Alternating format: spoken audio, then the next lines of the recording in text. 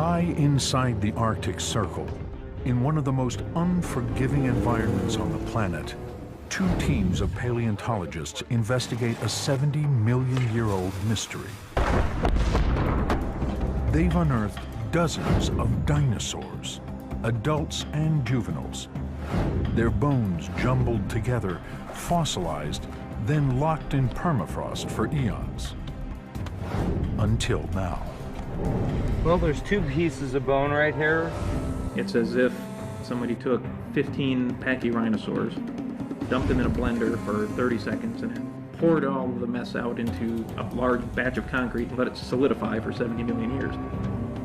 The startling discovery that these ancient reptiles, thunder lizards, lived and thrived in the Arctic has taken scientists by surprise. It challenges everything that we think we know about dinosaurs. Finding polar dinosaurs was important because it provided whole new insights into the biology of dinosaurs. How did they survive in such an extreme environment? And what was the real reason they were driven to extinction? There's a lot of questions out there, and it's not as simple as everybody died because a rock came in from space. Fire in the hole! From millions of years in the past, a story of survival against all odds from Arctic dinosaurs, right now on Nova.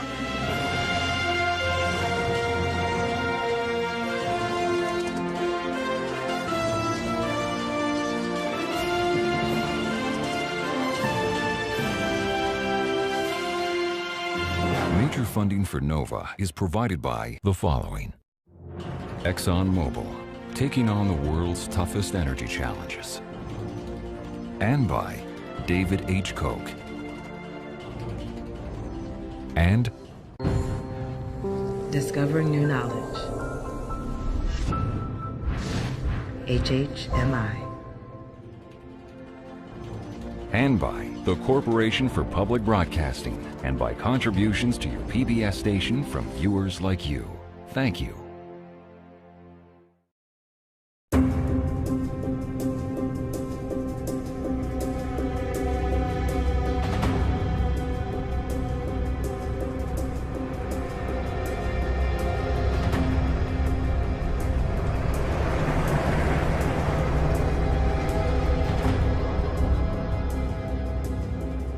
Early March, Alaska's North Slope,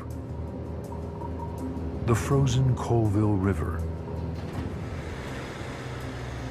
A team of scientists has pitched camp here at the base of these cliffs, willing to brave the perilous polar winter to investigate a startling discovery.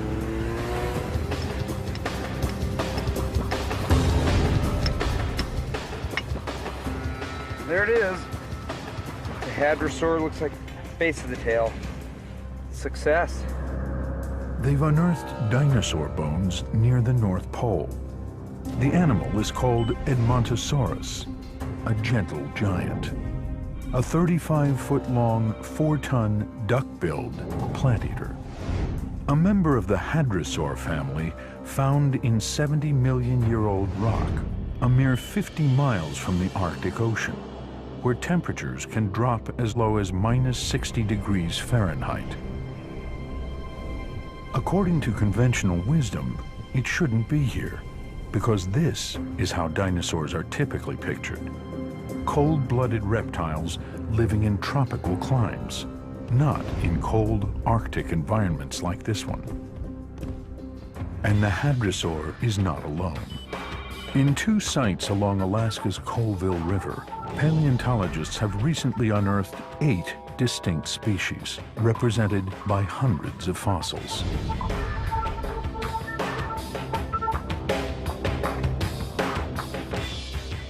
On this table are examples of the biodiversity of the animals, the vertebrate animals that we found up on the North Slope. And we have a variety of meat-eating dinosaurs. And this is the left front jaw, an animal called Gorgosaurus. 30 feet long, almost 3 tons, nearly a match for its fearsome cousin Tyrannosaurus rex. Gorgosaurus was at the top of the food chain.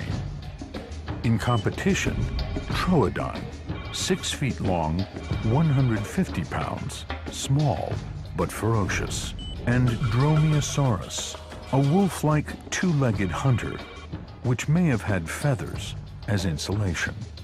And here we have a horn core from our Pachyrhinosaurus. A massive 4-ton plant eater with a broad, bony frill protecting its neck, an elongated skull with a beaked mouth, and a thick bone above the nasal opening. Pachycephalosaurus, a two-legged plant-eating brute with a thick, bony dome on its head, possibly used for combat or defense. And Thessalosaurus, another two-legged animal thought to be a plant-eater. The unexpected discovery of so many species living in the Arctic is leading scientists to rethink old assumptions about dinosaur biology. The traditional view was that dinosaurs were all overgrown reptiles that lived under tropical conditions. When we found polar dinosaurs, however, it was driven home to everyone that dinosaurs could live under very different and thrive under very different climate conditions. Scientists long believed that dinosaur biology resembled that of cold-blooded reptiles, like crocodiles, animals that require warmth to survive and cannot withstand prolonged exposure to temperatures below freezing. But not one crocodile fossil has been found along the Colville, which suggests that polar dinosaurs found a way to adapt to an environment that their cold-blooded cousins couldn't tolerate. But how? Luckily for the scientists, many important clues are preserved in the rock. When these animals died, layer upon layer of sediment covered their bodies. Minerals slowly replaced bone tissue to create fossils. Then, 45 million years ago, geologic forces began to uplift the ground, exposing the edge of the fossil layer along these frozen cliffs. Well, there's two pieces of bone right here. So here's another piece of bone. I think that's definitely the bed. And there's enough bone in here already that would indicate that this very well may be the Liscum bed. It was here in 1961 that Shell Oil geologist Robert Liscum came across a large fossil. He sent the specimen back to his office, intending to have it classified by a paleontologist. Unfortunately, Liscum died the next year in a rock slide. So they were in a Shell warehouse until about the mid-1980s when Shell was cleaning house, and they sent them to the USGS. There, a paleontologist by the name of Charles Repenning found the bones and immediately recognized that they were dinosaur bones. Now, scientists Tom Rich and Kevin May are about to go deeper into the Liscum bone bed than anyone has ever attempted. My gut feeling is that it's going to go a lot further back than 3 to 4 meters. Yes, that black layer could very well be the fossilized layer. With the help of seasoned Alaskan gold miner Bobby Fithian, they will spend the next month blasting a tunnel into the permafrost. Once inside, they will dig down into the bone bed, the rock layer where fossils, if they're there, lie packed together, protected from the elements. They begin with a set of relatively small charges.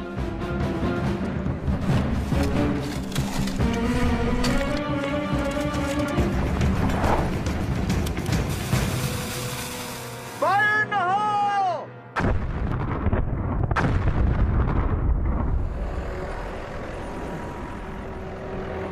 The goal is to open a passageway about a foot above the fossil bed, but no closer. The worry is that if they don't angle the blasts just right, they'll destroy the treasures they came to retrieve. Take a look at this. Distal tibia. That was found right down here, at this level here. So far, they seem to be right on target. It's a good start. Blasting for fossils is an unusual way to do paleontology, but not for Rich. He was one of the first scientists to discover polar dinosaur fossils, not in Alaska, but at the opposite end of the world. I don't mean to pat myself on the back, but as far as trying new techniques, and it worked. 20 years ago, I cut a tunnel. I cut a tunnel in Australia. There, he used dynamite to expose a narrow fossil layer buried deep in the rock.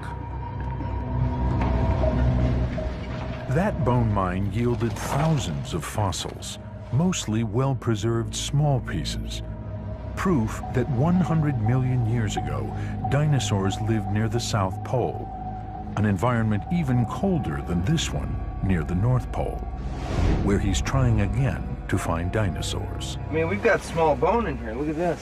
Where? Right in here? Yeah, this little. Paleontologist Kevin May has searched for fossils all over Alaska, but this is his first tunnel. And he's excited by the hadrosaur bones that are beginning to be exposed as they go deeper. This is exactly what we came here for. This is the best I've ever seen this stuff. I just am blown out on this one. Yeah, so we don't need to go deeper. We just need to go straight in at about this level. Give yourself maybe 10 centimeters above what is obviously a fossil layer into this stuff. The initial digging to establish the entrance to the tunnel has already unearthed some large bones. That's definitely a rib. But most are in poor shape. Some type of long bone here. Unfortunately, it's fairly well powdered.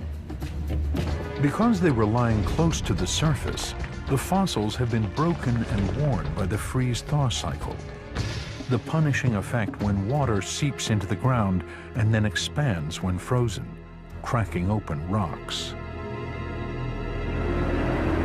The purpose of the tunnel is to dig deep into the permafrost, which is not prone to those seasonal changes, and hopefully find better preserved, smaller, and more delicate bones. When we get in, what we hope 20 meters, we're going to be beyond that. So we're going to see bones for the first time that's never been through that. With the entrance set safely above the fossil layer, they give Bobby Fithian the go-ahead to complete the blasting.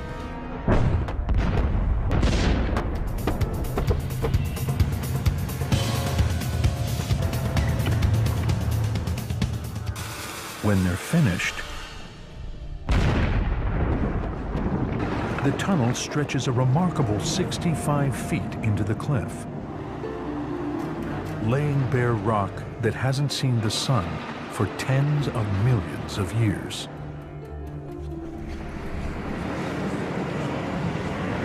We're gonna finish securing the tunnel and supporting this brow. The team has successfully completed the first phase of their project. The delicate work of excavating the bone bed will begin in 5 months' time, during the Arctic summer when the weather is milder and the sun remains above the horizon nearly 24 hours a day. There isn't any reason for this tunnel not to be here at least 100 years from now if you take care of it. Okay. You've got a nice tunnel. You're going to find some dinosaurs. Oh, yes. Good job, buddy. For Tom, this is the culmination of years of struggle. Dr. Rich? And he knows that without the skills of the Alaskan miners, it could never have come to pass. I'd like to thank all of you. You know, you guys have helped me achieve something I've been trying to get to for 18 years.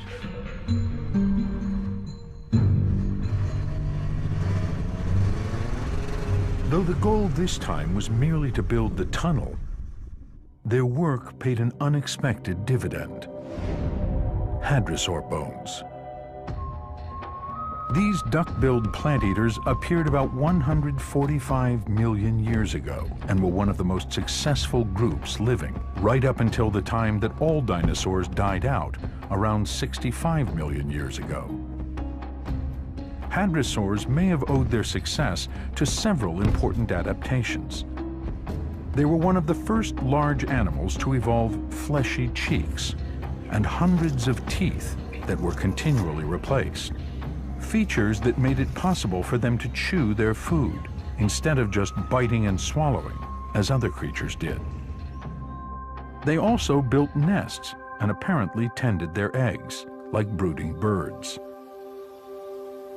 Hadrosaurs are the most common dinosaur found at the Liscombe bed. But 28 miles upriver from the tunnel, atop a 300-foot cliff, a second team of paleontologists has made another remarkable find. A mass grave containing at least 4 species of dinosaur, including Gorgosaurus, Edmontosaurus, Troodon, and Pachyrhinosaurus. This is the most diverse assemblage of dinosaur bones here on the North Slope. It's got a variety of kinds of animals. It's got tremendous bone density. There's an abundance here like would never have believed. Tony Fiorillo and his team are doing paleontology the old-fashioned way, with picks, shovels, and grim determination. There's some sites I've worked in the lower 48 where a chimpanzee with a popsicle stick can work the localities. This quarry is not one of those localities. It's late summer, but this hardly feels like a vacation. The treacherous climb, the frozen ground, the freezing rain are a daily trial. But it's all been worth it, because Tony has just found the crown jewel of the Colville. A massive skull, flattened but otherwise intact. This is the right side of the face. It takes a trained eye to see the shape embedded in the rock, but to Tony, it's crystal clear. This is the skull of a horned dinosaur. It's upside down. So you're looking at the right side, or the right cheek, of something that we've been calling Pachyrhinosaurus. Pachyrhinosaurus, the horned dinosaur, a relative of Triceratops, previously known only to live much farther south. And there are others. There's 14 individuals of a horned dinosaur in this little pit so far. Finding so many Pachyrhinosaurus in one spot is like stumbling onto an elephant graveyard. 70 million years ago, something happened that deposited the bodies of more than a dozen massive animals in this one spot. The river below offers a clue. The density of bone's so high that it's easy to envision this being a jam in a river channel. These animals were transported down river somewhere, and presumably they created their own little log jam, except there was a bone jam in a river channel.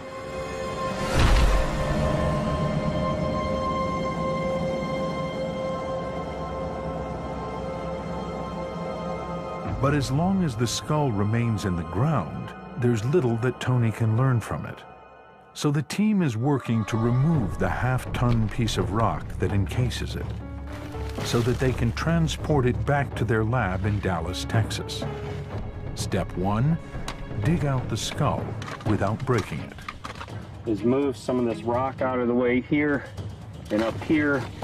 Encase it in a protective jacket made of burlap and plaster, and then airlift it to safety. That's the plan. But nature isn't cooperating. Right now, the weather is killing us. It's mid-30s, it's snowing, and we're in the Arctic. And so mixing plaster in this kind of moisture and with snow and high humidity, it's problematic. On 3. 1, 2, 3. Watch it. We'll plaster that hole over, and then we can hoist it out with a chopper.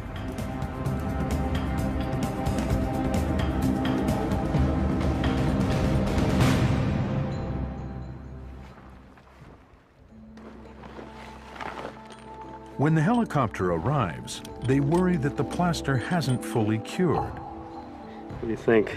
It's not giving off any more heat. So it's hydrated, it's hardened as much as it's going to get. But the helicopter is on a tight schedule.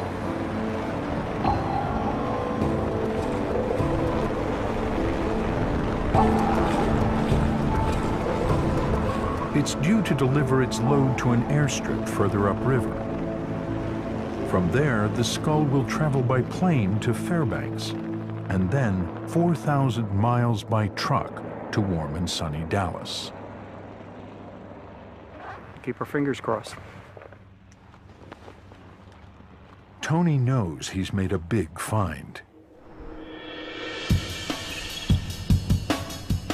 But because rock surrounds the skull, he doesn't know yet the condition of what's inside.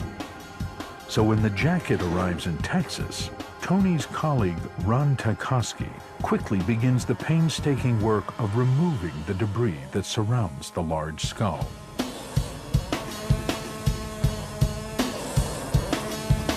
He's almost immediately surprised. The rock around the skull is filled with bones, bits and pieces from more than one Pachyrhinosaurus. A wonderfully intact vertebra, part of the spine of this animal. This bone is of particular interest. They've already found several others at the same site, but until now they weren't completely sure which dinosaur species it belonged to. This is the point where the skull attaches to the first vertebra of the neck in a beautiful ball and socket joint. And we have at least 15 of these from this particular quarry. It's as if somebody took 15 Pachyrhinosaurs and dumped them in a blender for 30 seconds and then poured all of the mess out into a large batch of concrete and let it solidify for 70 million years. Everything is completely jumbled about, bones are oriented in all sorts of different directions, and nothing's connected. Finding so many Pachyrhinosaurus tells Tony that these wide-ranging animals, found throughout North America, lived in large numbers on the North Slope. But the bones don't say how they lived, or what conditions were like during the toughest time of year. What did they do during the winter time? How was life up here the same or different than what we see in the lower latitudes?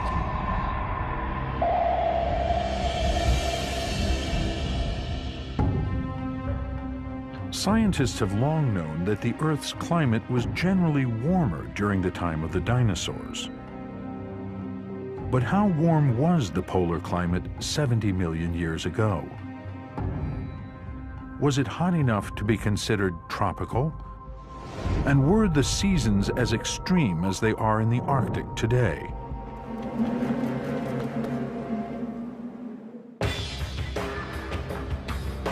British paleobotanist Robert Spicer may have solved one important piece of the puzzle with the help of ancient plants. When I find a fossil leaf, it tells me something. It's like a messenger from the past. He made his first trip to the Colville River in 1976. It was known that there was a rich flora there, but what I didn't realize was just quite how abundant it was. So we'd land and run over to the outcrop and start hammering away, and there were the leaves. Since then, Spicer has amassed one of the world's most impressive collections of Arctic botanical fossils from the late Cretaceous. This collection here is fairly typical of the kind of fossils we find throughout the late Cretaceous of the North Slope. Now, what we have here is a 90-million-year-old cycad. Cycads are tropical and indicate warm conditions. This one here, this is a conifer. Conifer trees are found in a variety of climates. Measuring up to 30 feet tall, they were common on the North Slope. This is a fern. These are the sorts of things that your knees would brush past as you walk through the Cretaceous forest.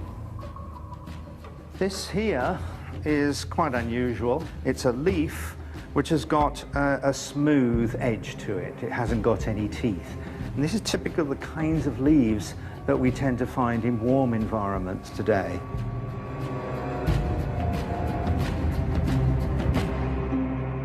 As his collection grew, Spicer had a hunch that he could use these leaves to deduce the temperature of the Arctic 70 million years ago.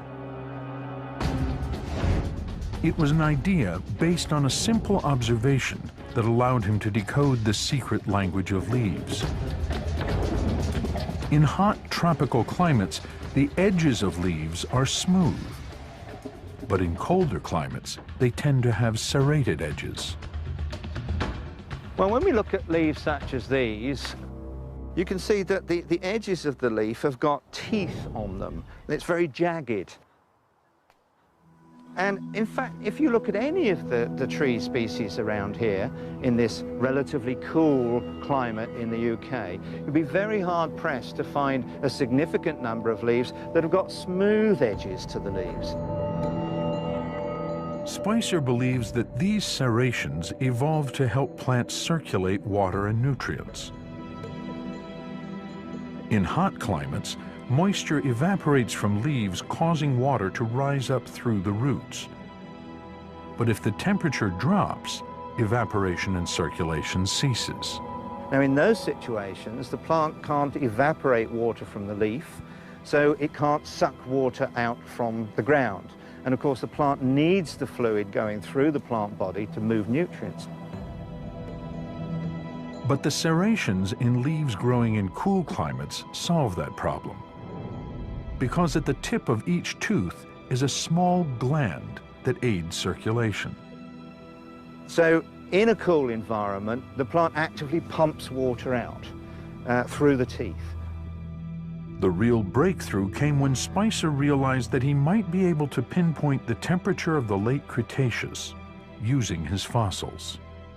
It's the proportion of toothed leaves and non-toothed leaves that we see in a particular place living today or in a fossil assemblage that gives us an idea of the relative warmth, the average annual temperature during the year. He and his team spent years comparing leaf shapes to climate data in more than 170 locations around the world. It was a massive undertaking.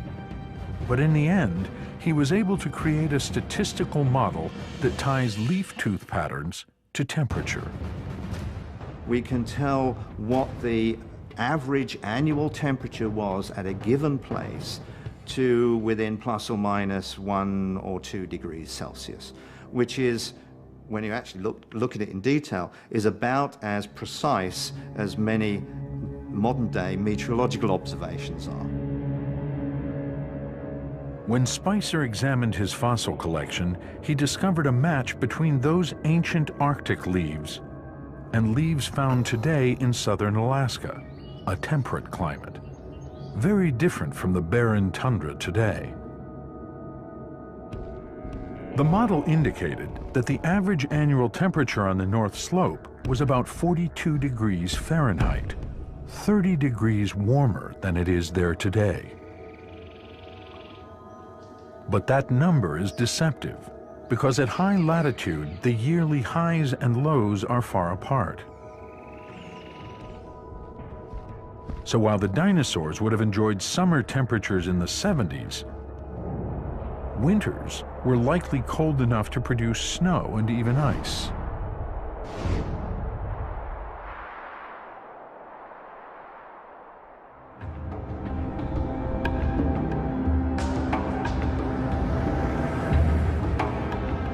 On the Colville, summer temperatures are now nearly 100 degrees above the frigid lows of late March.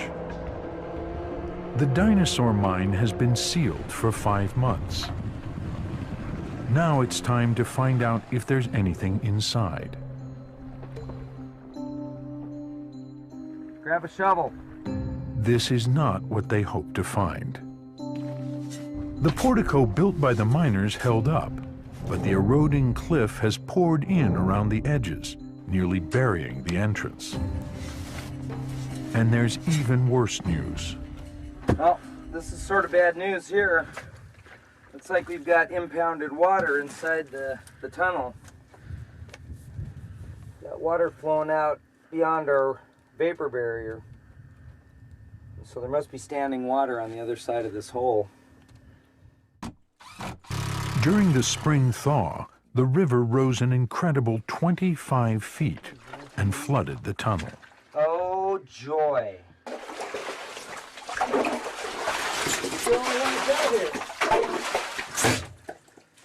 Dun, dun, dun, dun. The bad news is we have a mess. Yeah. There is some good news. Oh, there's nothing yielding. This is beautiful. That is fine. We're going to be safe in here. There's no yield at all. The walls and ceiling are frozen solid. It's like standing inside a refrigerator, cooled by million-year-old permafrost.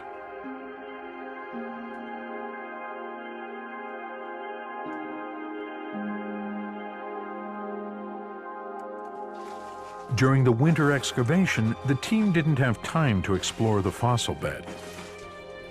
And now, because of the flood, the tunnel floor is hidden beneath at least a foot of ice. And there's only one way to get it out.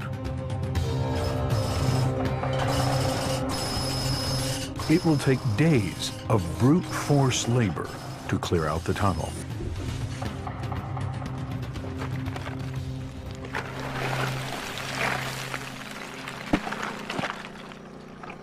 The outside temperature may be warm enough for the scientists to work in shirt sleeves. But this is not a hospitable place. The river temperature is barely above freezing, and the Arctic landscape is barren. If they were alive today, herds of dinosaurs could not have survived in a place like this. What was their polar summer like 70 million years ago?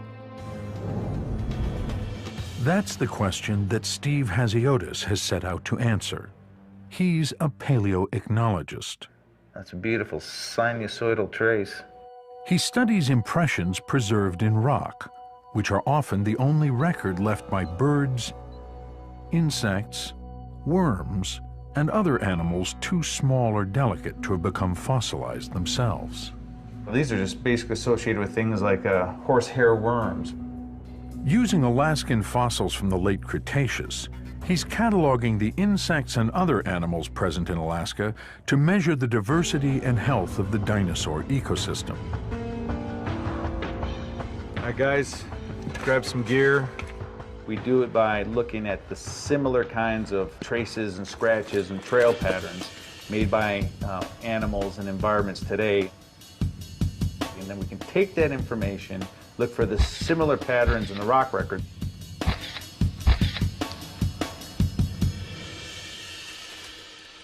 Today, he's brought some fossil impressions to a riverbank near Lawrence, Kansas. With the help of his graduate students, he will try to match the trails made in the 70-million-year-old rock to those made just days or hours ago by modern animals. Great trail right there. Holy smokes. I think these are these mud-loving beetles where the ceilings of them have collapsed. Bird tracks here, and then these worm trails here. This is the association that we're seeing up in the Arctic. From the modern-day animals on the bank of the Kansas River, a snapshot of a very similar environment in ancient Alaska begins to emerge. And he's sharing his insights with Tony Fiorillo.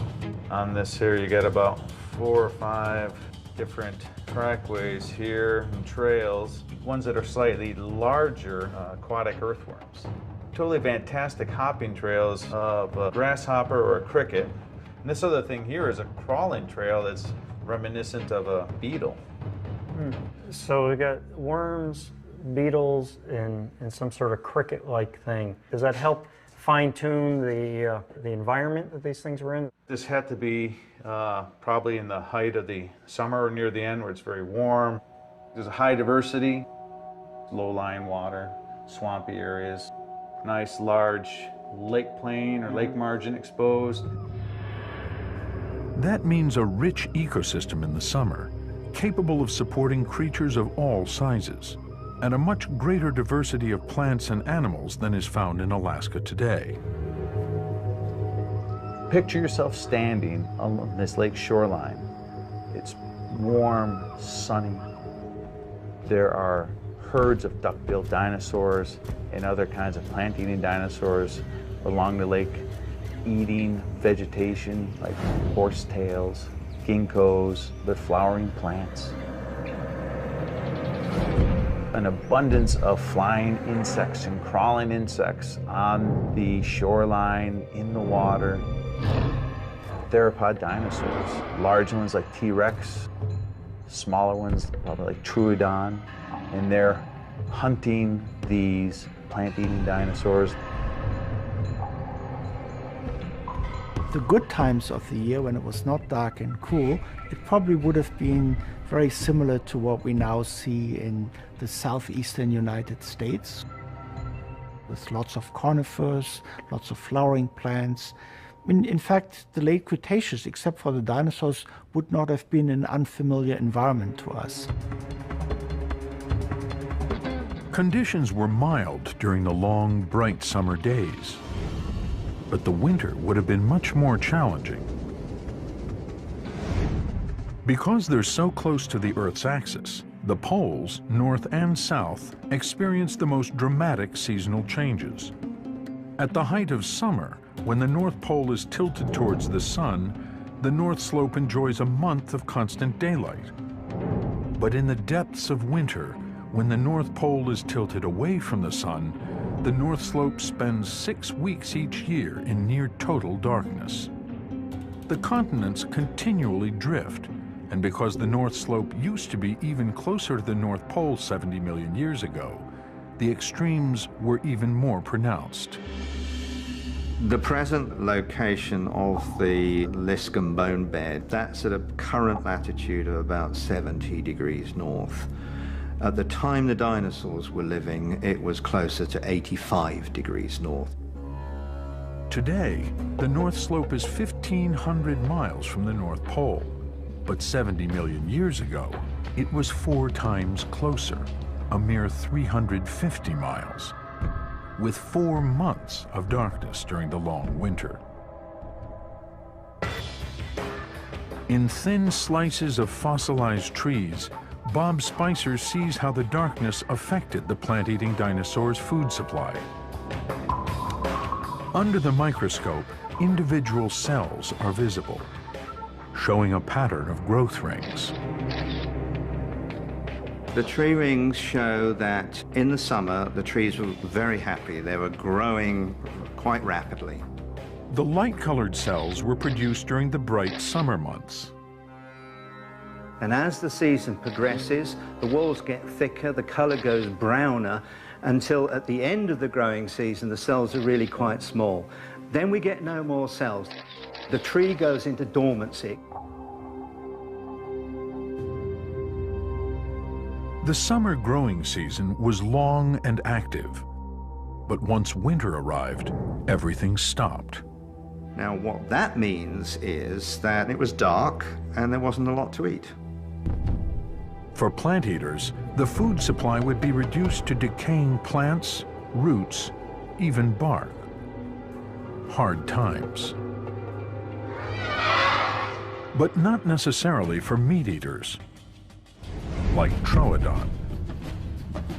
Troodon may have had an adaptation that would have turned the liability of darkness into a killer's asset. Tony recently found a fragment of a young Troodon skull, which shows that the animal had unusually large eyes and an enlarged optic lobe in the brain. So the brain would be in this cavity right here. We've just caught the beginning of where that brain is enlarged to accommodate the optic region of the brain. Troodon's enhanced visual system may have allowed it to hunt at night. And it's not the only species with those features. In 1989, Tom Rich named Lielinosaurus, found near the South Pole, another small meat-eater with unusually large eyes. With food scarce, the large herbivores would need to conserve energy. They would have been torpid, sluggish, easy prey.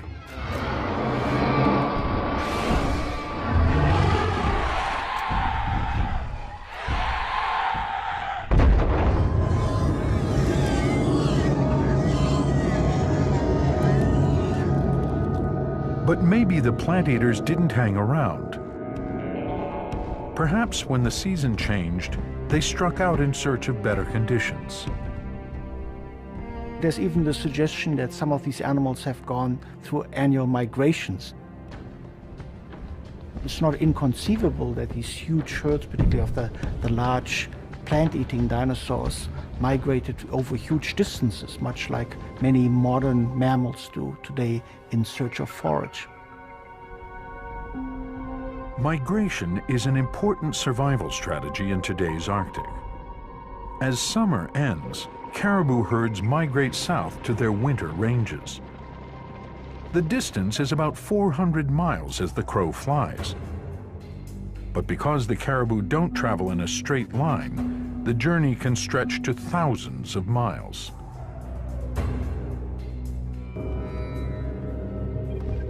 Dinosaurs would have had an even longer journey. Because the North Slope was much closer to the poles 70 million years ago, to escape the darkness, they would have had to walk 5,000 miles, nearly twice the distance from New York to Los Angeles. According to Tony Fiorillo, some animals wouldn't have been able to make the trek. He's compared the relative size of juvenile hadrosaurs to adults to determine if the young were physically capable of keeping up with a herd on the move. We argued through a biomechanical analysis of the juvenile duck-billed dinosaurs that they were too young or too small to make any long-distance migration. So therefore, we argued that these animals lived here year-round. That opened up a whole bunch of interesting biological questions, like how did they survive the seasonality? Tony's evidence has important implications for a long-running debate about dinosaur biology. Were they cold-blooded like lizards, or warm-blooded like mammals? Cold-blooded animals cannot long endure low temperatures. They seek external heat sources to power their metabolisms. Warm-blooded animals can generate heat internally to keep a constant body temperature. And many warm-blooded animals are found in cold climates.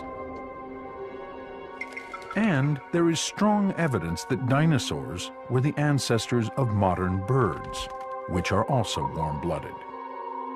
But so far, no conclusive answer about dinosaurs. Kevin May's hadrosaur bone could add clarity to the debate. It's now in a lab in South Africa, where Professor Anyusha Chinsami-Turan is examining the bone for clues about dinosaur metabolism.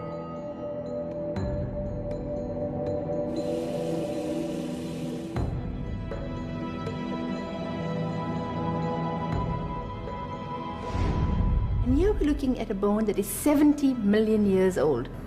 What we see here are these interesting structures that tells us about how fast this bone formed, about the organization of the bone tissue. The bones of warm-blooded and cold-blooded animals form differently. Reptile bones grow rapidly when conditions are favorable. But when food is scarce or temperatures drop, growth ceases. That start-stop pattern of development leaves telltale markings in the bone, similar to the rings in tree trunks. These alternating rings of growth that we see in reptiles, they tell us that these animals, their growth is dependent on seasonality. Birds and mammals, however, grow differently. They are not as sensitive to seasonal changes. they add new layers of cells more rapidly and continuously. In warm-blooded animals, no growth rings. Because the hadrosaur was a dinosaur, and because the poles experienced the most extreme seasonal swings on the planet, Anyusha expected that the bone would show pronounced growth rings. But instead, she had a surprise. I don't see the growth rings that I would have expected in an animal that would have been affected by seasonal climatic conditions. The hadrosaur bone more closely resembled the bone of a mammal or bird. That suggests that the hadrosaur did not hibernate or slow down during the winter. It was active all year round. I suspect that perhaps this animal was very well adapted to the environment in which it lived. For some scientists, thinking of dinosaurs as warm-blooded is the only explanation that makes sense. If they're warm-blooded, you can see them surviving in this kind of climate, much as modern mammals and birds do in the Arctic today. Today, biologists increasingly understand that there exist degrees of warm-bloodedness and cold-bloodedness in the animal world. It's not always one or another. Dinosaurs likely had their own unique solution to the body temperature problem, which allowed them to survive for millions of years in the toughest seasonal conditions their world had to offer. At the height of summer, the sun stays above the horizon nearly 24 hours a day.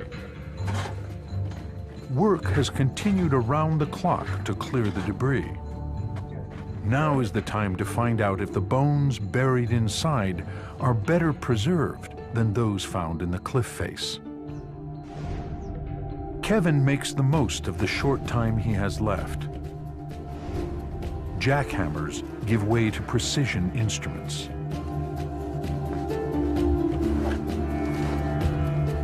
We have this frozen, unbroken matrix that we're able to shave off layer by layer, and it's not flaking apart. So you could not do this outside of the tunnel. You couldn't do it outside the permafrost. Part of the bird. Half of it broke is probably in here. So now we get out the mapping. Almost immediately, the team finds several extremely well-preserved bones, more delicate than any of the bones they found outside the tunnel. Kevin May suspects that they may be from a new species. Well, it looks like we have two tail vertebrae and then a flat piece of rounded bone here. It will take years to fully explore the tunnel and to complete the catalog of Arctic dinosaurs.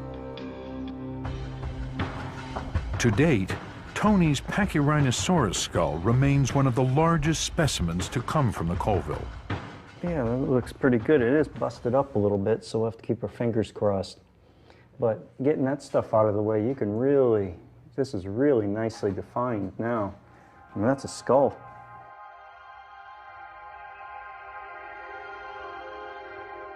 But despite its poor condition, the skull and all the other fossils miraculously preserved for 70 million years reveal a fascinating chapter in the history of the Earth.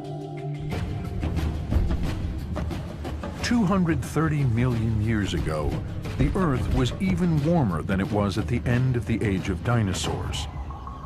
Those conditions fostered a great flowering of diversity, including the evolution of dozens of species which came to dominate the land, the air, the water, and eventually filled every corner of the globe. And then, 65 million years ago, a devastating blow to the planet, a massive asteroid impact. The prevailing theory is that the resulting explosion threw massive clouds of gas and ash into the air and plunged the Earth into a global winter. The theory held that dinosaurs, tropical animals, were unable to cope with the darkness and the cold that followed. But the discovery that dinosaurs already lived in non-tropical conditions and during long periods of darkness suggests that there must be more to the story. I think that one of the values of our work is that it is suggesting that a catastrophic end to the Cretaceous did not kill off the dinosaurs. But if the asteroid alone didn't wipe out all dinosaurs, what did? According to the fossil record, 70 million years ago, 5 million years before the impact, the number of dinosaur species around the world was already shrinking. As we go through the late Cretaceous, diversity seems to decrease. And it's a general truism of evolution that the more biologically diverse you are, the more robust and able to cope with environmental change you are. Before the asteroid, the writing may have already been on the wall. Continents were on the move. Air and water circulation patterns were changing, causing global temperatures to fall. The planet was slowly evolving into the world we know today, a world in which dinosaurs would not be able to thrive.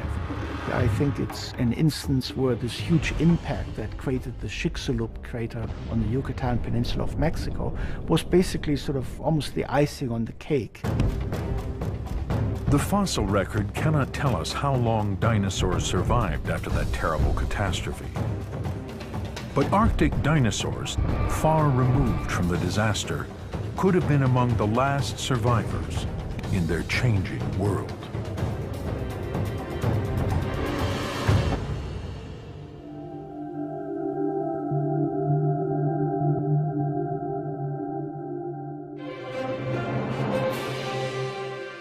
On NOVA's Arctic Dinosaurs website, watch any part of this program, go behind the scenes, and more. Find it on pbs.org. Major funding for NOVA is provided by the following: ExxonMobil, taking on the world's toughest energy challenges. And by David H. Koch. And Discovering new knowledge. HHMI. And by the Corporation for Public Broadcasting, and by contributions to your PBS station from viewers like you. Thank you.